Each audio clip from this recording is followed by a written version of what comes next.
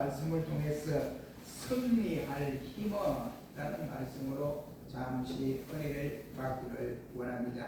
우리가 세상에서 우리가 살아가는 동안에 우리는 이와 같이 전쟁 속에서 살아간다라고 할 수 있습니다. 그것은 곧 영전이다라고 할 수 있고 육신적으로도 전쟁이다라고 할 수가 있습니다. 그러기에 보다 더 강력한 힘을 소유하는 자가 승리할 수 있다고 하는 이치를 우리가 깨달을 수 있습니다. 그러므로 승리하기 위해서는 어떻게 해야 되느냐? 힘을 보유하는 데에 힘을 써야 한다. 힘이 없으면 승리할 수 없습니다. 우리는 여기서 오늘 본문 말씀에서 보면 세 가지 힘을 말씀을 하고 있는데, 우리가 이와 같이 그 가운데 첫째는 내가 추구해야 할 힘이 어떤 힘이냐 하는 것이고, 또 그 힘은 어떤 것이며, 또 궁극적으로는 승리할 힘은 어떤 것인가에 대해서 말씀하고 있음을 볼 수가 있습니다. 오늘 이 시간은 이 세 가지 문제를 놓고 잠시 은혜를 받기를 원합니다. 첫째로 1절 말씀에 보면 지금 내가 소유하고 있는 힘이 어떤 것이냐 하는 것입니다. 그 힘 가운데 보면 오늘 사도행전 12장에는 몇 가지 힘을 말씀을 하는데 크게는 세 가지 힘을 우리에게 말씀을 해주고 있습니다. 그 첫째 힘은 바로 불의의 힘이라고 하는 1절 말씀에서 말씀하고 있습니다. 당시에 야고보는 세베대의 아들로서 그의 형제 요한과 더불어 갈릴리 바다에서 어부 생활을 하다가 예수님의 부름을 통해서 그가 어부를 그만두고 사람을 전도하는 사람 낳는 어부가 됐다라고 성경은 말씀을 하고 있습니다. 어떤 복음서에서는 바로 저들이 자신들이 이와 같이 요청을 해서 그렇게 했다 하고, 또 어떤 복음서에는 그러지 아니하고 바로 그의 어머니의 부탁이라고 밝히고 있습니다. 그의 어머니 야고보 어머니가 예수님에게 하는 말이, 예수님 당신의 나라를 이와 같이 징치할 때, 당신이 왕으로 오셨으니 징치할 때 한 아들은 당신 우편에 앉히고 한 아들은 당신 좌편에 앉혀서 일을 하게 해 주십시오 라고 야고보 어머니가 부탁을 했습니다. 그래서 요청을 해서 그런 사람이다라고 성경은 이런 말씀을 하고 있습니다. 그러나 그 가운데 보면 요한은 어떤 사람이냐? 요한은 성경을 5번이나 기록을 했던 사람입니다.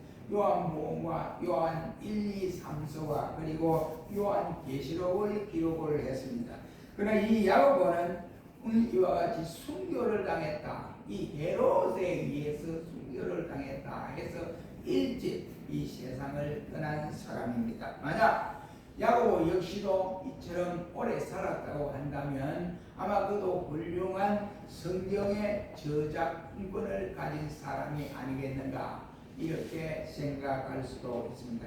그런데 그런 포부가 크게 악랄에 총망되었던 유능한 일꾼 야고보를 이 헤롯이 아무런 이유 없이 잡아다가 그냥 목을 베어 죽이게 되어졌습니다. 뿐만 아니라 베드로까지 죽이려고 그를 감옥에 집어넣고 손을 만지작 하고 있습니다. 6월절이 끝나면 바로 저 베드로도 죽여야 된다. 그 이유는 예루살렘 교회 지도자를 한 사람 한 사람 죽임으로써 예루살렘 교회가 문을 닫도록 만들게 한 것이 헤롯의 방침이었기 때문에 그렇습니다. 이처럼 불의의 세력이 얼마나 무섭다고 하는 것을 우리가 실감해 볼 수가 있는 사람입니다.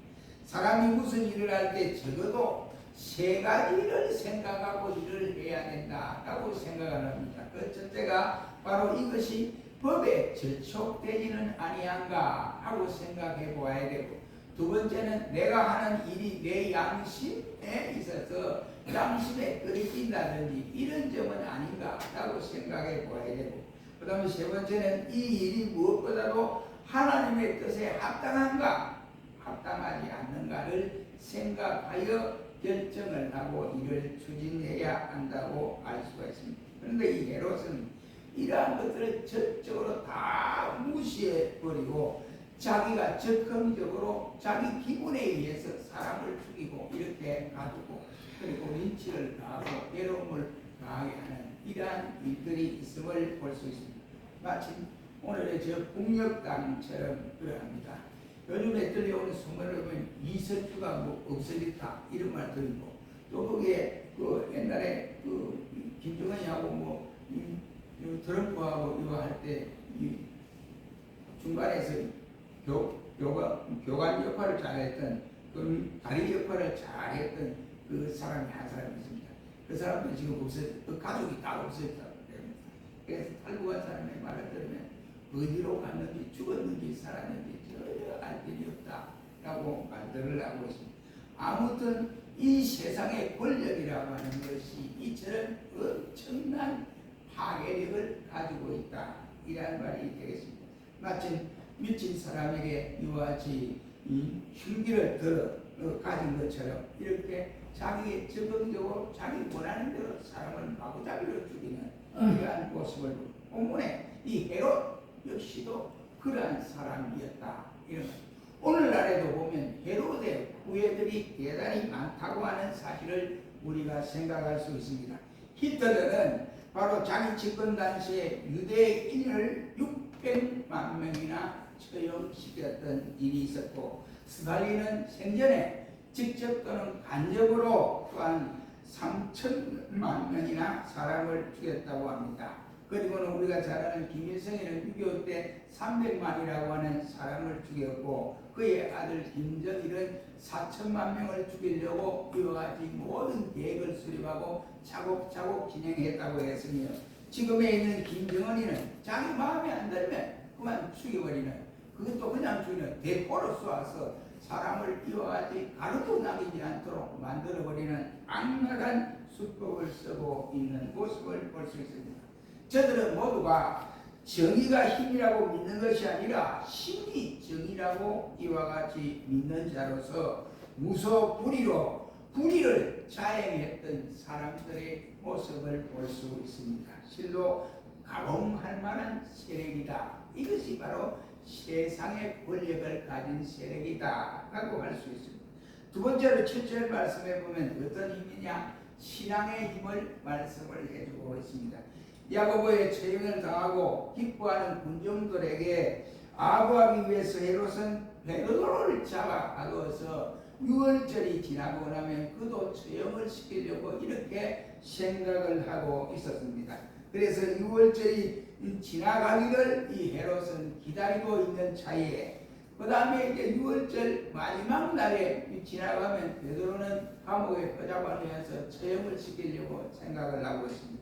그날 밤에 하나님의 천사를 보내서 베드로가 자고 있는 베드로를 깨웠습니다. 본이 자고 있는 베드로를 깨울 때 베드로가 그것도 뭣도 모르고 그냥 천사에 의해서 옆구리를 꾹꾹 찌르고 일어나라 하니까 일어났습니다. 일어나 보니까 이상하게 옥문이 착착 열리고 옥문이 두 개가 있는데 두 개가 착 열리고 있는데 밖에 나와서 보니까 자기가 지금 이 환상을 본 것인지 뭘 했는지 잘 분간할 수 없을 정도였다고 했습니다. 그래 밖에 나와서 하나님의 천사가 나를 이렇게 옥문에서 풀어주고 착고도 풀어주고 이렇게 풀어서 예루살렘 교회 지도자로서 할 일을 하라고 하시는구나 라고 생각을 했습니다. 그러면서 이제 오늘 저녁이 지나고 나면 그가 죽을 판인데 이 베드로는 잠을 잤다.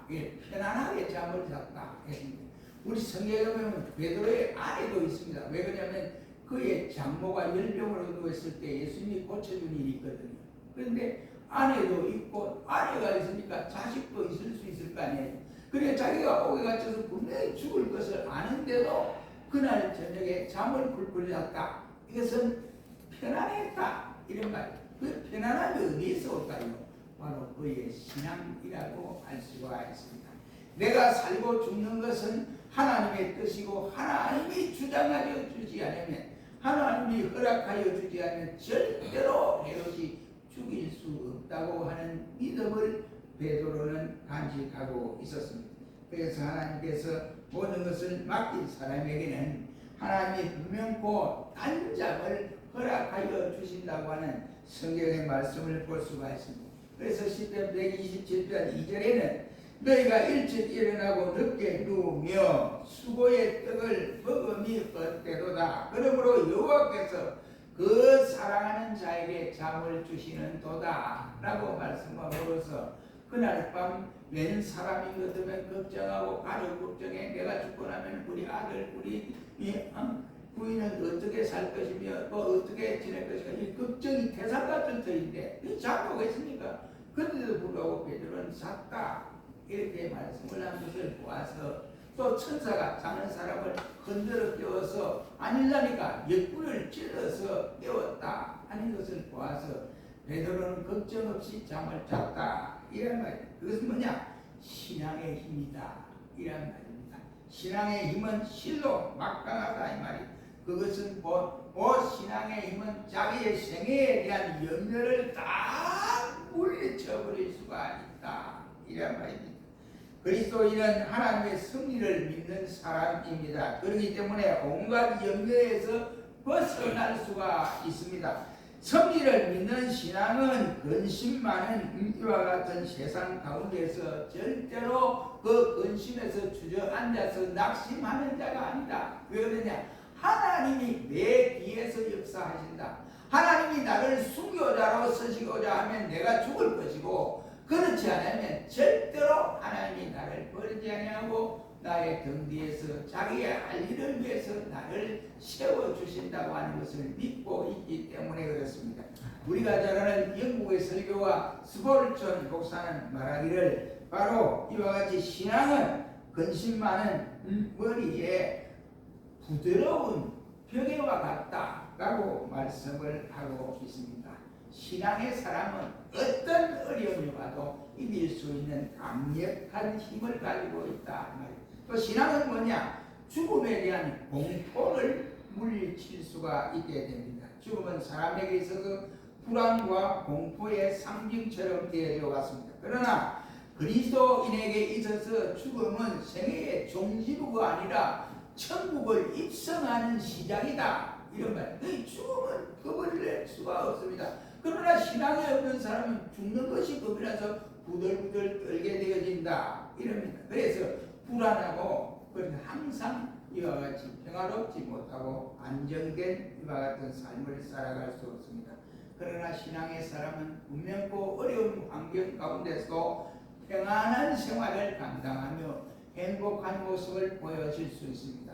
우리가 잘 아는 에스더를 볼 수 있지 않습니까? 모르드게를 볼 수 있지 않습니까? 조금만 있으면 그는 하만에 의해서 죽을 수밖에 없고 유대인 전체가 학살당하는 이와 같은 참극 속에 있는데도 저들은 그런 것이 없었습니다. 그러므로 에스더가 말한 대로 죽으면 죽으리다 라고 하는 결단을 가지고 아수에로 왕 앞에 가서 자기 민족이 고통당하고 죽음 직전임을 보호해 바쳤던 이러한 모습에서 이처럼 신앙의 힘은 죽음의 공포를 이길 수가 있다고 하는 사실입니다. 신앙은 곧 적에 대한 두려움을 물리칠 수가 있습니다. 권력이라고 하는 것도 하나님께서 주신 것이고 그 권력자도 하나님의 장중에 있는 것이므로 두려워할 바가 아니다. 이란 말입니다. 그러기 위해서 사드락과 메삭과 아벳노고는 그 무서운 느부갓네살 왕명 앞에서 자기 신상 앞에 절하지 않는다고 불러놓고 신하들이 보는 앞에서 사드락 메삭 아벳노고야 왜 빵빠레가 울려 퍼졌는데 왜 우상 내 신상에 절하지 않았느냐? 너희가 그 소리를 잘못 들었지? 못 들었지 그래? 그렇게 유혹을 했습니다. 그러면서 다음에 빵빠레가 울려 퍼질 때는 내 신상을 향하여 절을 하거라. 그렇지 않으면 평소보다 더 뜨거운 7배나 더 뜨거운 불못불에 너희들을 집어넣겠다 라고 했습니다. 그때 사드락과 메삭과 아벳노고는 자기 생명에 이 두려움을 느꼈다고 한다면 왕이여 다음에는 그리 하겠습니다 했는데 그러지 않고 왕이여 우리는 절대로 그러한 일이 없습니다. 우리 하나님 앞에만 경배를 드리지 우상 앞에는 경배를 드릴 수 없습니다 라고 할 때에 느부갓네살이 화가 난 거예요. 그래서 평소보다 7배나 더 뜨거운 불목걸이 집어넣었는데 한 사람이 3사람을 집어넣는데 보니까 불목걸이 속에 4사람이 이거 5사람이 보이는 거예요. 이건 누구냐? 한 사람은 예수라 아니다. 자기는 뭔가 몰라는 거예요. 그래서 느부갓네살이 신하에게 저 분명히 그 3사람을 집어넣고 1사람을 집어넣기 위해 타는 것 같은데 보니까 5사람이잖아. 한 사람이 누구야? 했더니 신하가 하는 말이 신의 아들 같습니다 라고 예수님을 호칭하는 모습을 볼 수가 있었습니다. 저들은 겁을 내지 아니했다. 그래 신앙의 힘은 죽음의 공포를 이길 수가 있다. 신앙의 힘은 또 어떻습니까? 적에 대한 두려움이 없어지게 되어집니다. 권력이라고 하는 것이 이와 같이 대단하지 않습니까? 베드로를 죽이려고 하고 또 야고보를 죽였고 뭐 별일이 이 헤롯이또 어땠습니까? 세례 요한까지 못 배워서 자기 그러니까 동생의 아내로 말했다고 세례 요한이 그랬으니까 그 감정에 의해서 그의 동생의 설에 자기 아내로 말해서 그가 원하는 대로 해줬다. 그러니까 세례 요한도 죽였던 막무가내 사람이라고 할 수 있습니다. 이러한 가운데도 이 권력이라고 하는 것은 바로 엄청난 것입니다. 그런데 믿음의 사람, 신앙의 사람은 이러한 권력에 이와 같이 두려워하거나 이와 같이 안타까워하지 않습니다. 이사야 41장 11절에 말하기를 너와 다투는 자들이 아무 짓도 아니한 것 같이 될 것이고 저들은 멸망하게 될 것이다 라고 확신을 하고 있기 때문입니다. 그 신앙의 이 힘뿐만 아니라 우리는 뭐가 있습니까? 기도의 힘이 있습니다. 그 기도의 힘은 어떤 것인가? 베드로가 투옥을 당하자 예루살렘 교회가 난리 났습니다. 왜? 야고보가 죽었으니까. 야고보가 죽었으니까 이제 지도자가 한 사람씩 하면 없어져요. 그러니까 헤롯이 이와 같이 한 사람씩 없애서 예루살렘 교회를 문 닫게 만들려는 거예요. 그러니까 예루살렘의 그 교회 교인들이 엄청난 숫자가 이제 빠져나가기 시작하는데 헤브론으로 아니면 구브로로 아니면 안디옥으로 빠져나가서 거기서 그 교회를 세우고 복음을 전해요. 거기에는 핍박이 그다지 많지 않기 때문에 그렇습니다. 그때 예루살렘의 교회에 남아있는 성도들이 마가의 다락방에서 기도 운동을 펼쳐나갔습니다. 우리가 이와 같이 야고보는 이미 순교를 당했고 베드로까지 죽이려고 저들이 끌고 가고 있었는데 6월절이 끝나면 베드로도 죽을 것인데 베드로가 죽으면 이 교회를 예루살렘 교회를 지도할 지도자가 없지 않느냐. 그리고 우리가 기도를 해야 된다. 그래서 교인들이 마가의 다락방에 모여서 밤새도록 기도를 했습니다. 그래서 기도를 했는데 두 가지 기도를 했다고 저는 생각합니다. 하나는 하나님이 전 베드로를 통해서 순교의 제물이 되게 하셨다면 순교자로, 그렇지 않으면 아직도 하나님이 베드로를 통해서 예루살렘 교회 지도자가 없으니까 마지막 순간까지 지도자 역할을 감당하도록 해달라고 이와 같이 기도했으리라고 생각합니다.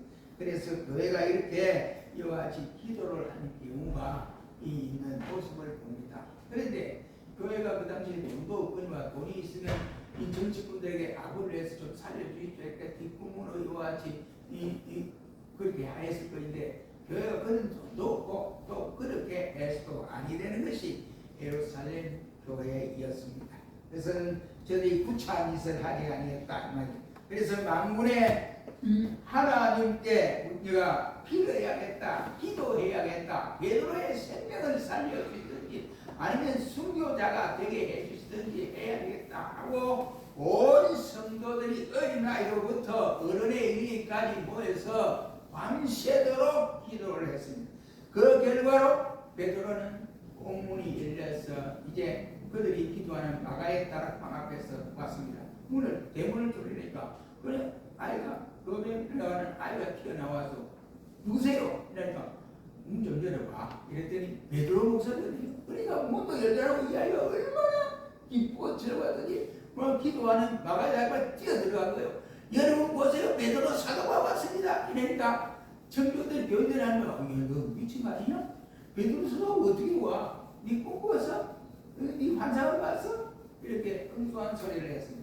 그래가지고 베드로가 또 막 왔다고 진짜 베드로가 지금 밖에 와 계십니다. 이랬더니 와보니까 베드로가 문을 두드려서 문을 열어달라고 하니까 베드로를 보고 저들이 깜짝 놀라는 장면이 벌어졌습니다. 이처럼 신앙의 힘이라고 하는, 기도의 힘이라고 하는 이것이 엄청난 악업을 불러일으킨다 하는 사실입니다. 기도하는 사람 자신도 믿지 못할 정도로 기도의 힘은 막강한 것을 오늘 본문 15절은 밝혀주고 있습니다.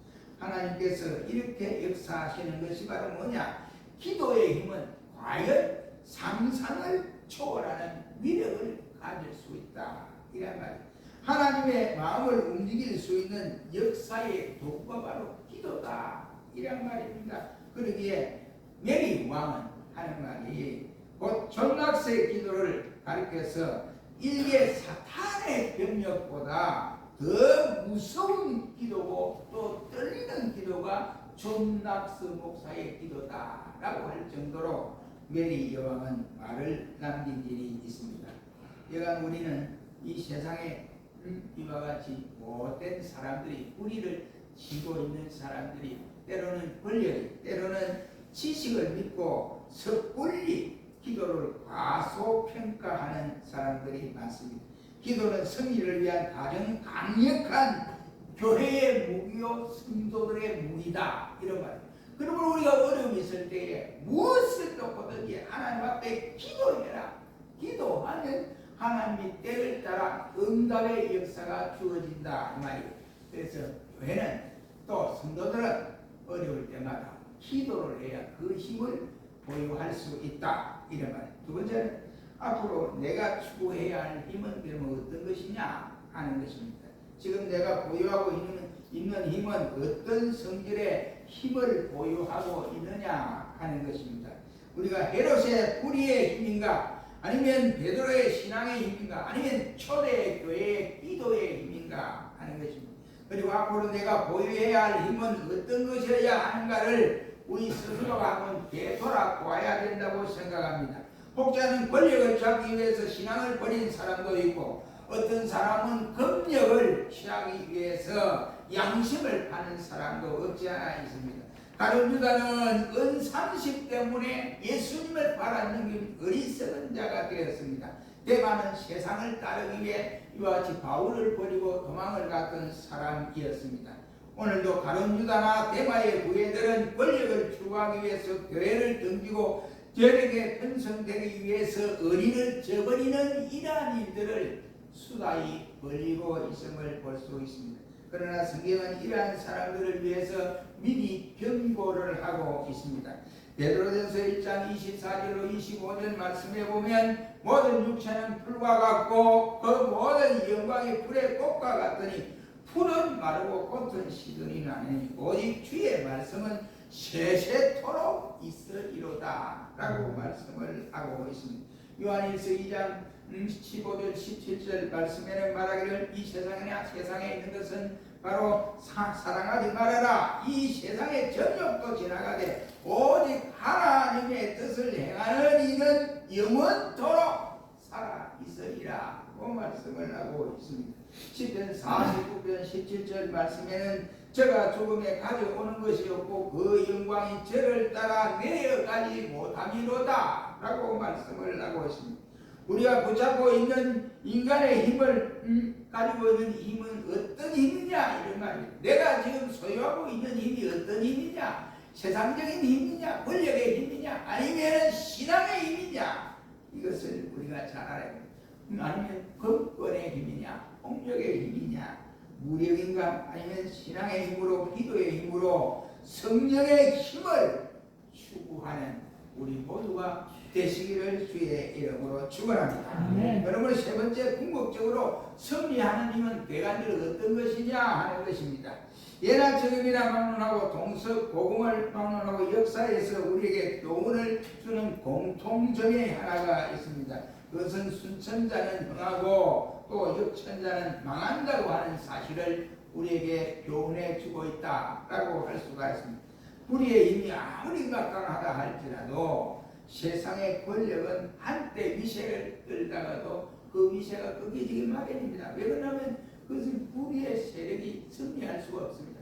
하나님이 이 세상을 만드셨고 통치하시고 승리하시고 하나님이 마지막 순간까지도 세상을 관장하고 계시기 때문에 그렇습니다. 그러므로 우리가 하만과 모르게가 그 역사 속에서 보면 야 저들이 이겼구나. 에스더의 가족, 에스더의 또한 이와 같은 유대 민족, 모르게까지 다 죽게 됐구나. 억울한 죽음을 간직해야겠구나. 이렇게 생각했는데 그것이 뒤바뀌어가지고 에스더와 모르게 그리고 유대인들은 다 살고 하만이 결국 자기 사형틀에 모르드게를 죽이려고 만든 사형들에 자기가 죽게 되는 비극을 초래한 것을 볼 수가 있습니다.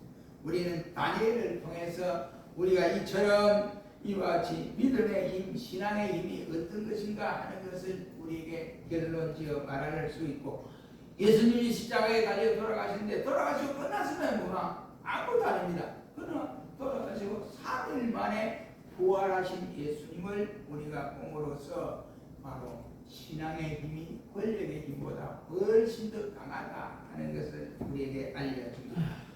그는 무천지의 대명사요, 그리고 포악자의 대표자요, 불의의 상징이며 가공할 만한 세력을 가지고 있었습니다. 그런데 하나님이 그걸 가만두었습니까? 아니거든요. 그가 어디냐? 하나님이 갑자기 헤롯의 이 요즘으로 말하면 창자가 썩어서 죽은 거예요. 창자가. 그러니까 암병이죠. 요즘 말하면 창자의 벌레가 생겨서 갑자기 죽었습니다. 그래서 내가 기독 신자들 죽여 몰살시키기로 하니 계획을 세웠는데 갑자기 아파서 죽은 거예요. 그래서 갑자기 이러니까 하나님이 딱 이렇게 역사하시게 된 것입니다. 우리나라는 일제 36년 동안에 우리나라 기독교인이나 아니면 목회자들이 얼마나 고초를 당했습니까? 그런데 이제 8월 14일 날 이제 이 목사들이나 장로들을 불에 집어넣고 거기다 이제 폭탄을 투하해서 죽이려고 이렇게 작전을 짰습니다. 그런데 8월 15일 아침에 어떻게 되었습니까? 그러니까 개방이 되는 이러한 놀라운 역사가 일어나게 되어졌습니다. 그도 말씀합니다. 지금은 우리가 판을 치고 있는 세상같이 보여도 하나님의 공의는 절대로 없어지지 아니하다. 이 말이에요.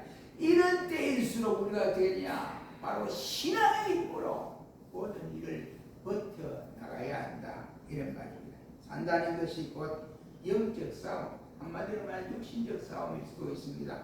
그러므로 이 싸움에서 우리는 패배자가 될 수 없고 승리자의 힘을 간직해야 되지 않을까 생각을 합니다. 그리스도인과 교회는 이 싸움에서 승리하지 아니하면 아니 될 이러한 상황에 놓여 있습니다. 그러기 위해서 보다 더 강력한 힘을 우리가 소유해야 되지 않겠습니까? 그것은 곧 하나님이 주시는 힘으로 채워지는 힘이다 라고 할 수 있습니다. 에베소 6장 10절로 11절 말씀에 하나님께서 정말로 내가 너희 안에서 주 안에서와 그의 힘의 능력으로 강건하여지고 마귀의 계계를 능히 대적하기 위하여 하나님의 전신갑주를 입으라 그 말씀을 하고 있습니다. 사랑하는 성도 여러분, 여러분들은 어떤 힘을 소유하고 계십니까? 하나님의 주시는 힘입니까? 아니면 세상의 권력의 힘입니까? 기도의 힘입니까? 아니면 신앙의 힘입니까? 우리는 분명코 하나님의 주시는 힘과 기도의 힘과 신앙의 힘을 소유할 때만이 우리에게 다가오는 어려움에서 승리할 수가 있습니다.